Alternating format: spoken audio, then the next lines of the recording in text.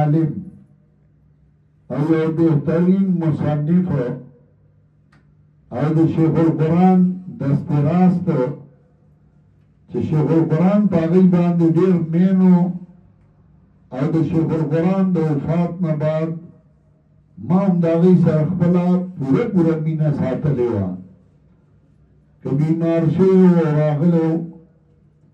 نو ما د کراچۍ نه ونیسې تر پېښوره پورې په هسپتالونو باندې ګرځولی و خپله ورسره ګرځېدلی وما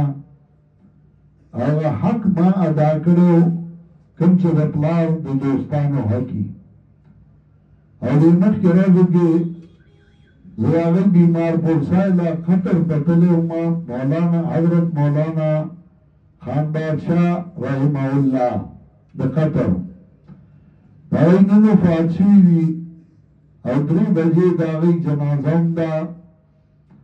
یو بهترین عالم یو ښه مصنف او یو ډېر نر او بهادر سړی و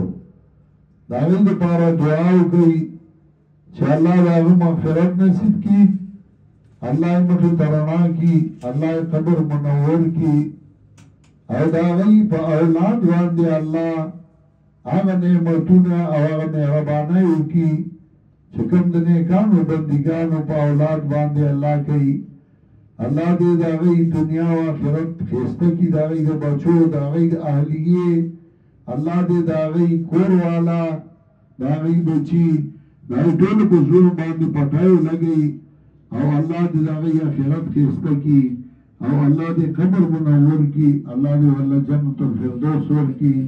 ځای لرې دی موږ رسېدی هلته نه شو خو د دې ځای نه دعا کوو او دعا د هر ځای نه رسي الله دې د هغوی مغفرت نصیب کړي اللهم اغفر له وارحمه